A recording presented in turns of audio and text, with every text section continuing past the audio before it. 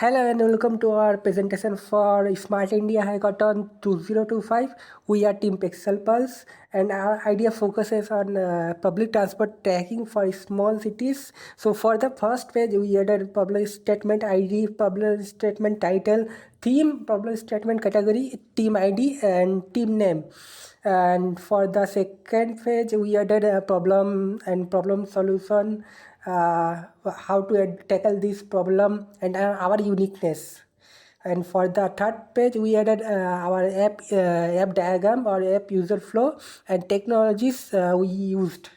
So for the fourth page, we added feasibility and viability, channels and revenue and challenges and strategies to overcome. And for the impact and benefits, we added impact on users, social benefits, economic benefits, and a pie chart for what technologies we used. And we added other benefits like eco-friendly, scalable solutions. And for the last page, we added research and references for our project or our problem statement.